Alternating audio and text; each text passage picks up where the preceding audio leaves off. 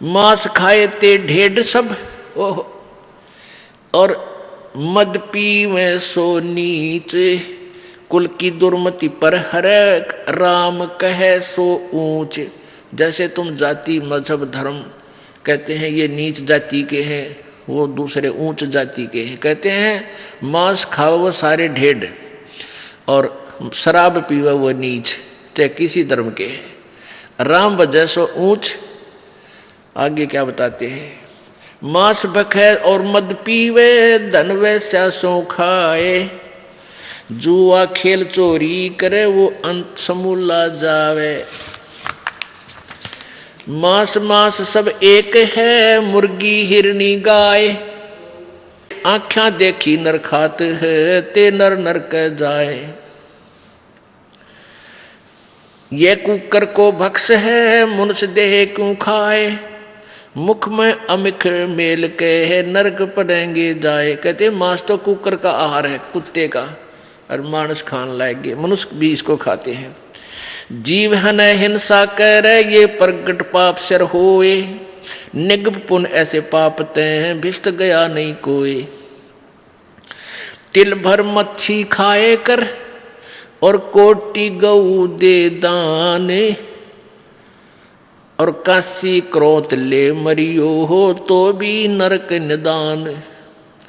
कहते हैं तिल भर मांस खा के और करोड़ गऊ दान कर दे, और जो काशी में क्रोध लेकर मर जियो तुम्हें तो भी नरक जाओगे। काशी में एक बहुत बड़ा आडंबर रचा था इन पाखंडियों ने, ब्राह्मणों ने। वहाँ उस समय क्या ना, एक मनुष्यों के काटने का हत्था लगा दिया था, क्रोध लगा करता था कि भगवान की तरफ से आता है। बोली आत्माओं ने वो भी शीश देना वहाँ शुरू कर दिया ताकि मोक्ष हो जावे। मोक्ष तो विधि से होगा। मुल्ला तुझे करीम का कब आया फरमान, गट फोड़ा घर घर बांटा साहेब का निशान। कहते तूने जो ये मुर्गा मार दिया, गाय मार दी, परमात्मा का आदेश तेरे पास कब आया बताओ, मुझे दिखा कोई बुक। तो क्या बताते हैं, काजी का बेटा मरा, काजी का बेटा मुआ, उर्म साल तीर, साहेब सबका पिता है, भला न माने वीर। कहते हैं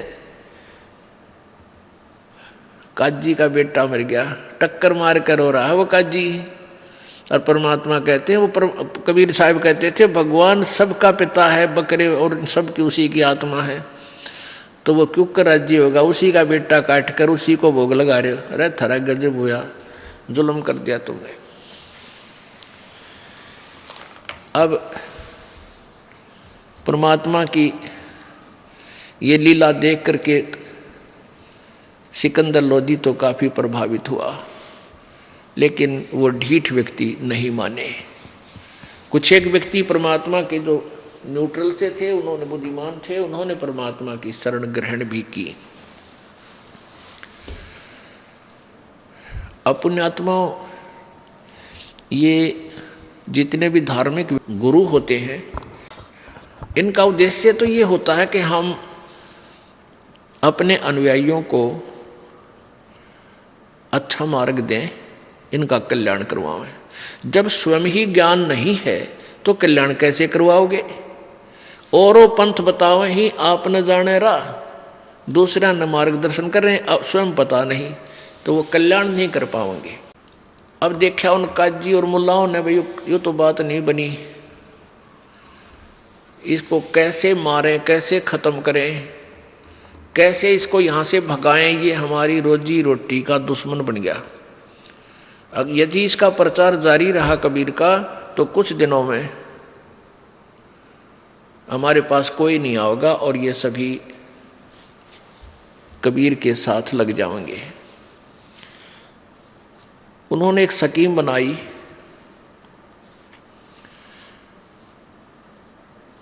अब उन्होंने क्या स्कीम बनाई कि इसको चिट्ठी डाल दो। मुल्ला और पंडित, मुसलमानों के धार्मिक गुरु और हिंदुओं के धार्मिक गुरु ब्राह्मण। अब ब्राह्मण कौन है, एक जैसे किन ब्राह्मणों के विषय में परमात्मा कह रहे हैं ब्राह्मण का अर्थ होता है विद्वान पुरुष, गुरु। उसको गुरु को ही ब्राह्मण बोलते हैं, जो दीक्षा देता है, मार्गदर्शन करता है, धार्मिक अनुष्ठान करवाता है। अब वर्तमान में ब्राह्मणों के बहुत ज़्यादा वंशज हो गए हैं, तो वो ब्राह्मण नहीं है। जैसे कोई वैद्य था, वैद्य और अच्छा वैद्य था, नब्ज देखकर नाड़ी पकड़ कर दो बीमारी बता देता था, औषधि देता था, स्वस्थ हो जाते थे, बहुत प्रसिद्ध हो गया। उसके 5-6 संतान थी, उनके फिर आगे संतान होगी, उनके आगे संतान होगी। अब हजारों की संख्या में उस वैद्य के वंशज हो गए। वो सभी भी अपने पीछे वैद्य लिखते हैं, वो सभी भी सब अपने अपने सरनेम बना लिया उन्हें कि वो फलाना राम वैद्य, फलाना राम वैद्य, तेलू राम वैद्य, जबकि वो वैद्य नहीं है। वो ना जानते पेट के दर्द की दवाई भी, और लिखते हैं वैद्य, तो वो वैद्य नहीं है, बेशक लिखे रहो। तो ऐसे ही जो ब्राह्मण थे, पहले वाले जो ब्राह्मण थे, वो इनके वर्तमान के जो ब्राह्मणों के पूर्वज, वो ब्राह्मण करते थे अपना ब्राह्मण वाला कार्य, और वर्तमान के ब्राह्मण नहीं है, ये वैसे नाम लिख रहे हैं। तो उनको कहा परमात्मा ने, उन ब्राह्मणों ने और मुसलमानों के काजी और मुल्लाओं ने सलाह करके सब ने चिट्ठी डाल दी। चिट्ठी डाल दी कि अभी कबीर भंडारा करेगा,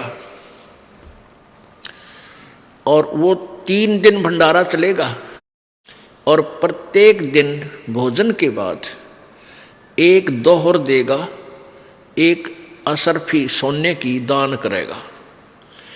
अब ये जितने भी मंडलेश्वर थे हिंदू धर्म के, और जितने भी ये पंथ थे, वो सब के पास चिट्ठी भेज दी, खूब दूर दूर तक। अब ये महंत संत मंडलेश्वर ये लालची बहुत होते हैं। अब उन्होंने देखा चिट्ठी में कि भाई एक तो दौर मिलेगी, दौर समझ लो बहुत अच्छा एक कंबल होता था।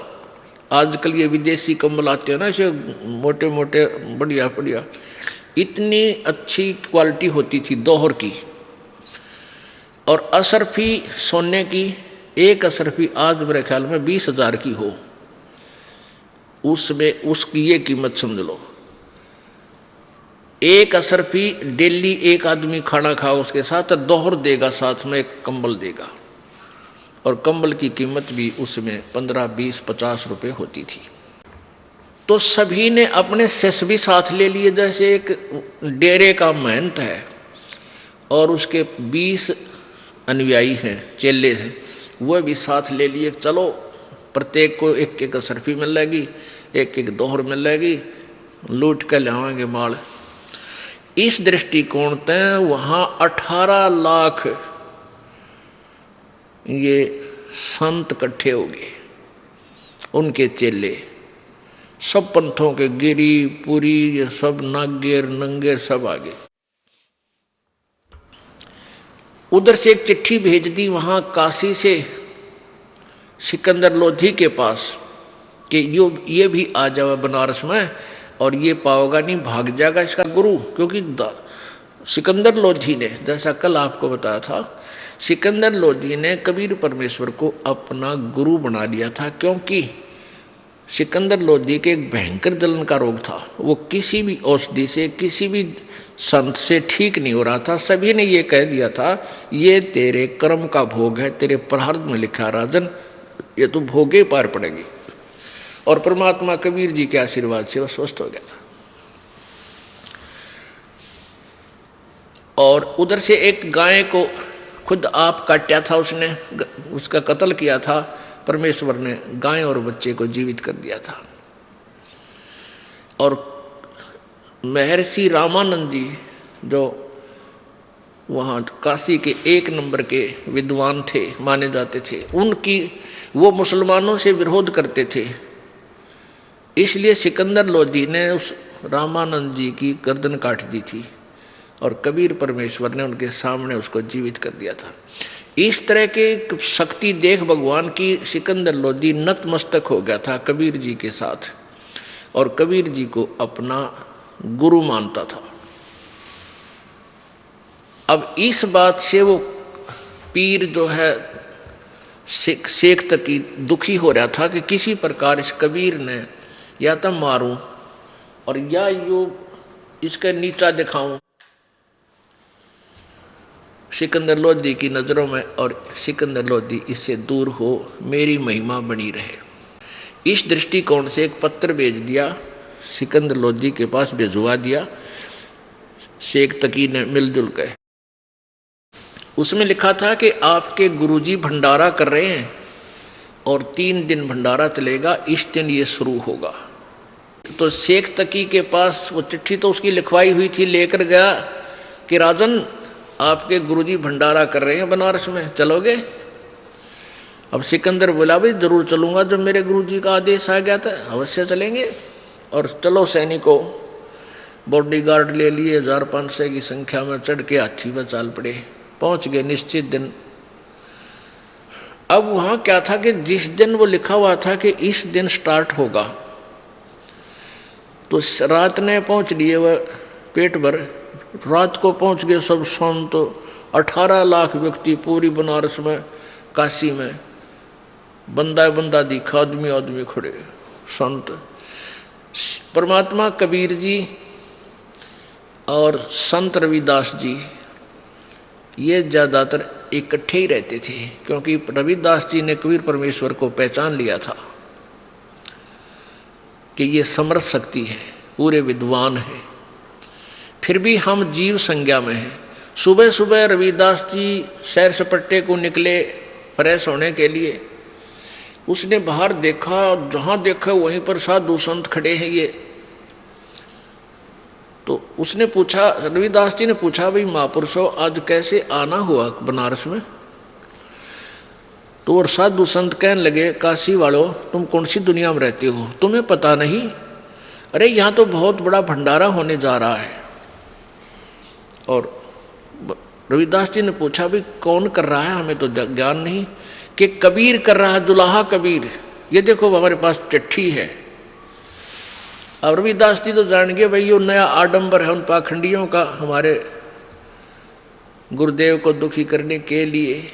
अब रविदास जी कित के फ्रेश होने जहाँ थे वापस आ गए। वापस आके कहा कबीर जी से कि हे भगवान, आज तो अपना काशी वास छूटेगा, बहुत बुरा हाल हो गया हमारे साथ, तो बहुत जुल्म कर दिया इन लोगों ने। कबीर जी बोले, क्या हो गया भक्त, क्या हो गया महात्मा? रविदास जी ने कहा कि आपके नाम से झूठी चिट्ठी डाल रखी है कि कबीर भंडारा करेगा 3 दिन और 2 हर देगा, ऊपर असर की दक्षिणा में देगा 3 दिन तक। और जलेबी, लाडू, कचौड़ी, पूरी हैं, हर तरह के कहते हैं सब प्रकार की मिठाई खिलाई जाएगी। और इस लालच में पूरी दुनिया आ गई है, लाखों लोग इकट्ठे हो गए। भगवान अब क्या करेंगे? परमात्मा बोले, रविदास जी बैठ जा, आ जा, अंदर से कुंडी ला ले, दरवाज़ा नहीं खोलेंगे। और भाई आप रखेगा भगवान अपनी इज्जत, हम तो उसका आश्रय बैठे हैं। रविदास जी भी बैठ गए, कबीर साहब भी बैठे अंदर और कहने लगे माला जप अपने भगवान की। कबीर जी भी बैठ गए, वो भी लीला करें थे परमात्मा। उधर से सिकंदर लोधी भी पहुंच गए वहां, और उधर से परमात्मा ने डबल रोल किया। कबीर परमेश्वर ने सचखंड पहुंचे, सतलोक जाकर के कहा कि 9 लाख बैल और उनके ऊपर सुंदर आहार सब पर भर दो, सूखा सीधा चून, चावल, खांड या सूखी और बने बनाए पकवान, जलेबी, कचौड़ी, पकौड़ी, हलवा, खीर और बरके एक केसो नाम का बंजारा बनके, केसो नाम रख लिया अपना एक बंजारा। बंजारा होते थे पहले व्यापारी लोगों को, बंजारा जो बनज करते थे, व्यापार करते थे, व्यापारी। पहले बंजारे किन को कहते थे? बैलों के ऊपर सामान लाद कर एक मार्केट से दूसरे शहर की मार्केट में ले जाते थे। उस समय ये ट्रांसपोर्ट नहीं थी, ना कोई सड़कें थी, ऐसे ही जंगलों में से बैलों के ऊपर लेकर चलते थे। किसी क्षेत्र से गुड़ भर लाए, दूसरे में तो बाजरा, तीसरे तो ऐसे गेहूं, ऐसे वो व्यापार किया करते थे। उनको बंजारे बोलते थे और वो कई हजारों की संख्या में इकट्ठे ही चलते थे, नहीं तो बीच में लूटा खसोटी करनी भी बहुत होते थे। अब वहाँ बनारस के काशी शहर में तंबू तान दिए, तंबू लगा दिए, टेंट सुंदर सफ़ेद और नीचे सफ़ेद मलमल बिछा के, उनका ऊपर कहते हैं जलेबियाँ का ढेर ला दिया एक टेंट में लड्डू भर दिए न, फूल बड़े बड़े, और एक में हलवे की डेग भरे, किसी में खीर, यानी पूरे पकवान पके पकाए नो कति गर्मा गर्म। और एक टेंट में केसव रूप धार के भगवान बैठ गए, उस केसव बंजारे के रूप में, और भंडारा शुरू कर दिया मंगलाचरण बोल के। अब सिकंदर लोधी आया और शेख तकीता न्यू आया था उसके साथ में। आज सिकंदर लोधी से पूछूंगा कहाँ गया तेरा अल्लाह, तो कबीर न्यू कहता है तो भगवान पड़ा है, भगवान है। वहाँ देखा, जो जहाँ देखे वहाँ भंडारा चलन लग रहा है, खावे जलेबी कचौड़ी नौकरे, वह कबीर जैसा भंडारा हमने नहीं देखा आज तक। ओहो, ऐसा स्वादिष्ट भोजन कभी देखा ना सुना, जो भोजन खाओ तो गुण गावे।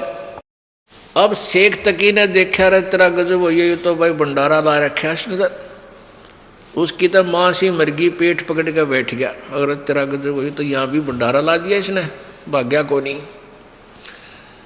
उनकी उद्देश्य ये था कि बनारस छोड़कर भाग जाएगा, लज्जित होकर फिर कभी नहीं आएगा और तुम्हारी दाल गली रह जाएगी। अब सिकंदर लोधी ने पूछा, भाई ये भंडारा कौन कर रहा है? तो सभी कह रहे हैं कबीर, जुलाहा कबीर का भंडारा है, कि वो खाओ न चिट्ठी न्यू थोड़ा बेरा था, एक मजदूर है या कोई सेठ है, उन तो फिर सेठ है दिखा था तो पीछे भंडारे ला रखे। फिर एक कहने लगा कि हमें तो पता नहीं, इस टेंट में बैठा है कोई, वो सब व्यवस्था कर रहा है। जब सिकंदर लोधी वहाँ पूछा, प्रणाम किया, आप कौन हैं, आप कबीर जी के क्या लगते हो, तो परमात्मा ने केशव रूप में क्या उत्तर दिया। अब केशव रूप में बैठे प्रभु ने कहा कि मैं कबीर जी का पगड़ी बदल यार हूँ, मेरा फ्रेंड है, वो मेरा मित्र है। और एक पत्र मेरे पास गया था उनका कि एक छोटा सा भंडारा करना है, 3 दिन का कुछ सामान लेते आइएगा। उनके आदेश अनुसार ये दास ये सामान लेकर हाजिर है। अब वहाँ वो सुन रहे थे अन्य व्यक्ति, रत तेरा गजब हो, ये तो इसको छोटा सा भंडारा कह रहे हैं जिसमें 18 लाख व्यक्ति भोजन पा रहे हैं।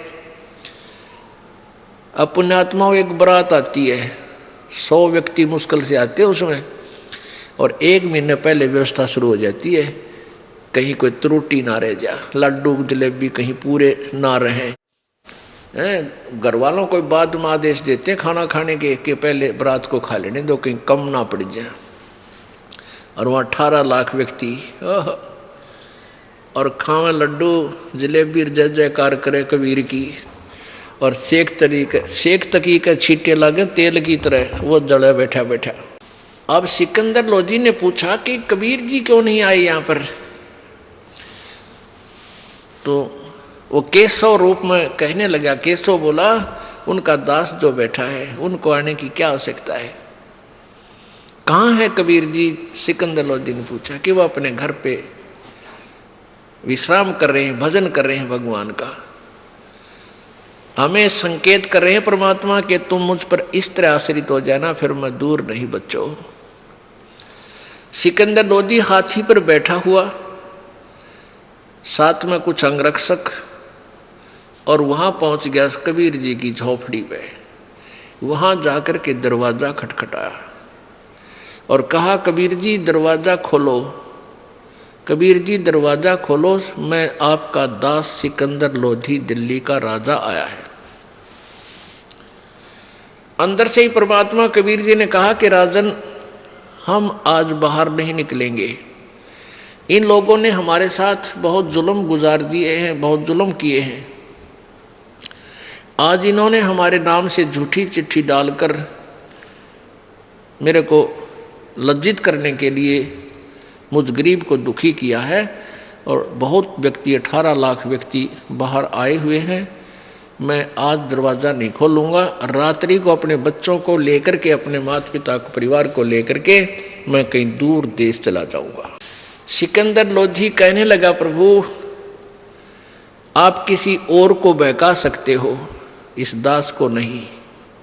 हे परमात्मा, आप चलकर देखो आपने क्या रंग लगा रखे हैं। पूरी जय जयकार हो रही है और सभी हलवा, पूरी, खीर, कचौड़ी, लड्डू, जलेबी, चंगेर और खा रहे हैं। हे परमात्मा, आपने तो रंग लगा रखे हैं।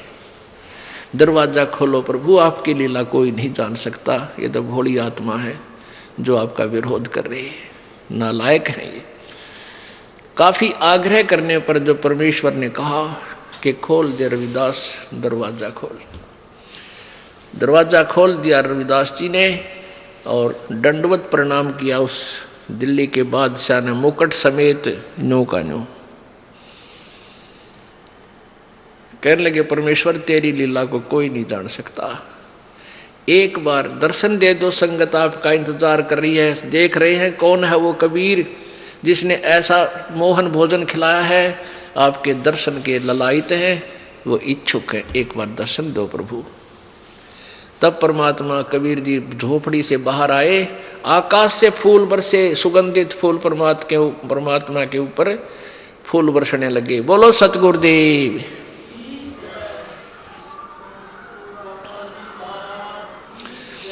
सिकंदर लोधी ने जब कबीर जी झोपड़ी से बाहर आए तो रविदास जी चंवर लेकर के आदर सत्कार से उनका सम्मान कर रहे थे कबीर जी का। सिकंदर लोधी ने कहा कि भगत जी, ये चंवर मुझे दे दो। आप तो रोज सेवा करते हो भगवान की, आज मैं कुछ सेवा कर लूँ। सिकंदर लोधी ने चंवर ले लिया और उस परमेश्वर पर, कबीर जी पर चौर कर रहे हैं और हाथी पर बैठा लिए।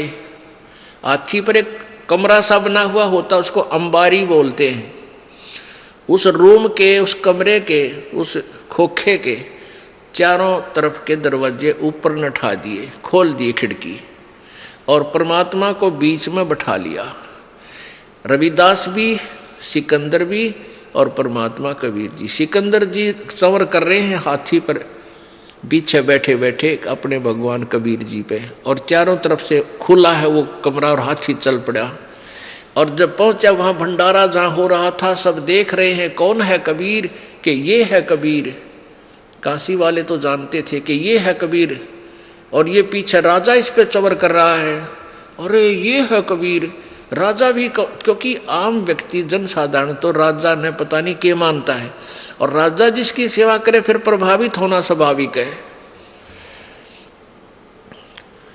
तो फिर परमात्मा पूरे मेले में घूम के और सबको आशीर्वाद दे रहे हैं, चल रहे हैं, और सब जय जयकार कर रहे हैं कि बड़ा भोजन भंडारा दिया, जय हो कबीर की, जय हो कबीर जी की, सारे जय जयकार होगी। फिर जिसमें वो केशव बैठा था, केशव ने एक अपना साथी भेजा, अपना सेवक, के परमात्मा को यहाँ बुला लाओ। वो सेवक गया, कर जोड़ के प्रार्थना की कि भगवान कबीर जी, आपको आपका मित्र केशव याद कर रहा है। तब परमात्मा ने कहा कि चलो हम चलते हैं। हाथी से उतरकर सिकंदर लोधी, परमेश्वर, कबीर जी और रविदास जी उस टेंट में पहुंच गए जहाँ के स्वरूप में प्रभु डबल रोल में विराजमान थे।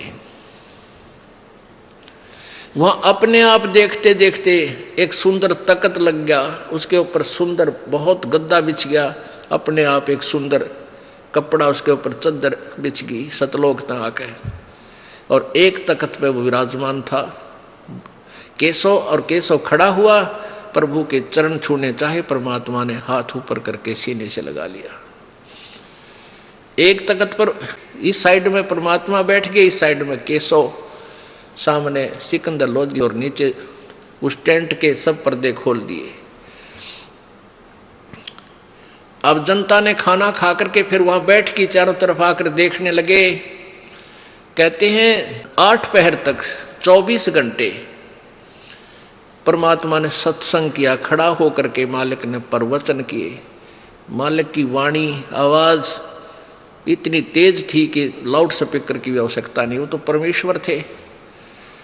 बहुत ज्ञान दिया, समझाया कि तुम कौन हो, कहाँ से आए हो, तुम एक परम पिता के बच्चे हो, तुम्हें ये मिसगाइड कर रहे हैं ये नकली व्यक्ति। ऐसे 24 घंटे तक आपस में वार्ता हुई। केशव प्रश्न करता है, कबीर जी उत्तर देते हैं, यानी ऐसे उन्होंने डबल रोल करके अपनी प्यारी आत्माओं को सत संदेश दिया। अब 3 दिन भंडारा चला। ऐसे ही प्रत्येक खाने के उपरांत सबको एक दोहर, एक असरफी और डेली दी जा रही है सतलोक से। तो परमात्मा ने कहा कि यहाँ का नहीं था भाई, ये माल तो सतलोक का आया था। वहीं से ये आत्मा आई थी बैल बनकर, प्यारी आत्माएं, और वहीं से उनके साथ और सेवक आए थे जो खाना खिला रहे थे सतलोक के, वो हंस आए थे। तो फिर क्या हुआ कि तीसरे दिन जब भोग लग गया, समापन हुआ भंडारे का, सारा सामान लपेट के बैलों के ऊपर रख के और बैल चालते कर दिए। अब गंगा को पार कर दिया। गंगा तो भरी चला थी बहुत ऊपर तक, और जब वो बैल उसमें निकलने लगे तो एकदम 1-1 फुट पानी रह गया गंगा का।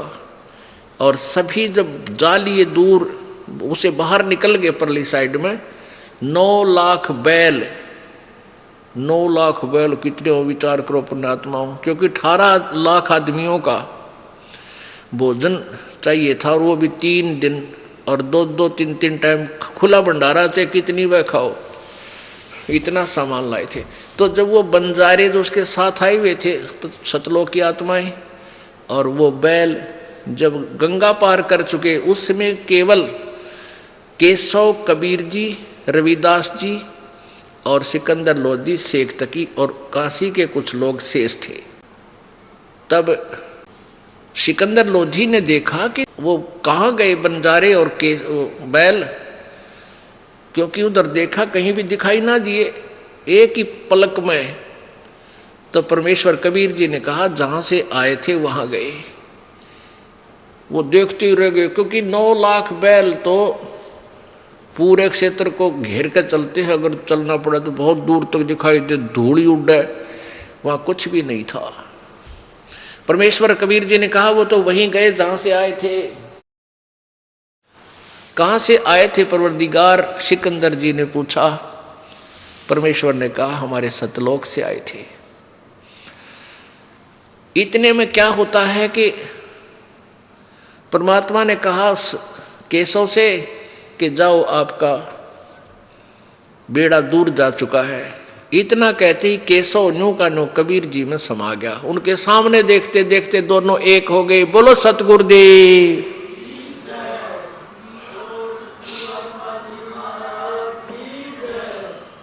अब परमात्मा ने ये प्रमाण दिया था, साईं इतना दीजियो जिसमें कुटुंब समावे, हम भी भूखे ना रहें अतिथि न भूखा जावे। अब परमेश्वर जी एक लीला करके दिखाते थे कि तुम मेरी साधना करो, मुझ पर विश्वास रखो, इस माया जोड़न के चक्कर में बच्चों पाप ना कमाओ, पाप इकट्ठे मत करो। कहते हैं कल्पे कारण कौन है, कर सेवा निकाम, कर पूजा निकाम, और मन इच्छा फल देऊंगा, जो पड़े मेरे ते काम। परमात्मा कहते हैं कि तू खाम खा कल्पित रहता है, कदे न्यू ना हो, हाई यूं ना हो जा, कद चिंता ना करे, तू मेरी भक्ति करता रहे, मैं बताऊं ऐसे लगा रहे, और फिर देखना मैं तेरे साथ, फिर मेरे हाथ देखना तू क्या करूंगा। कल्पे कारण कौन है, कर सेवा निकाम, पूजा निकाम, बगैर किसी इच्छा के, बिना किसी मांगे तू भक्ति करता रहे, फिर देखना। अब पुण्यात्माओं, आप जी ने कल पढ़ा था कबीर सागर में, क्या कहा था कि कबीर परमेश्वर ने कहा था कि संवत 1775 होई ता दिन प्रेम प्रगटै मम सोई। और फिर बर में पंथ प्रगट हुआ मेरी वाणी, और शब्द हमारे की निर्णय ठानी। ये असंख्य जन्म ठोर नहीं पावे, ये 12 पंथ हम ही को ध्यावे। 12वें पंथ हम ही चलावे, सब पंथ मिटा के एक का पंथ चलावे। तो 12वां पंथ गरीबदास जी का पंथ है। उस 1774 संवत 1774 में परमेश्वर की प्यारी आत्मा गरीबदास जी का जन्म हरियाणा प्रांत जिला झज्जर छुडानी गांव में हुआ था। इसी के विषय में प्रमाण है कि फिर उसके माध्यम से मेरी वाणी प्रकट होएगी, मेरी महिमा की, मेरी लीला की यथार्थ वाणी वो प्रकट करेगा मेरा बच्चा। और फिर आगे, लेकिन वो जो उसके अनुयायी होंगे, उस 12 पंथों के अनुयायी होंगे, जब तक मैं दोबारा नहीं आऊँगा तब तक वो मेरी वाणी का आप पे अर्थ उलट सुलट लगा रहे होंगे, यथार्थ ज्ञान उनके पास नहीं होगा। फिर 12वें पंथ हम ही चल आवें और फिर सब पंथ मिटा के एक पंथ चलाओ। अब परमात्मा स्वयं नहीं आए तो दास भेज दिया अपना निर्मल ज्ञान दे के। अब जैसे प्रधानमंत्री यहाँ ना आवे, वो अपना कोई रिप्रेजेंटेटिव भेज दे हिसार में, तो उसके पास पावर प्रधानमंत्री की होती है, जो वो कहेगा वही होगा। तो ये दास उस परमेश्वर का नौकर यहाँ भेज दिया गया, उनके द्वारा, कबीर जी से द्वारा, आपके हित के लिए। आप सुन रहे थे जगत गुरु तत्वदर्शी संत रामपाल जी महाराज जी के मंगल प्रवचन। अधिक जानकारी के लिए विजिट कीजिए हमारी वेबसाइट www.jagatgururampalji.org। संत रामपाल जी महाराज जी के शुभ आशीर्वाद से पूरे विश्व भर में 500 से भी ज्यादा नाम दीक्षा केंद्र हैं, जिन पर संत रामपाल जी महाराज जी द्वारा ऑनलाइन निशुल्क नाम दीक्षा दी जा रही है। अपने नजदीकी नाम दीक्षा केंद्र का पता करने के लिए संपर्क करें 8222880541।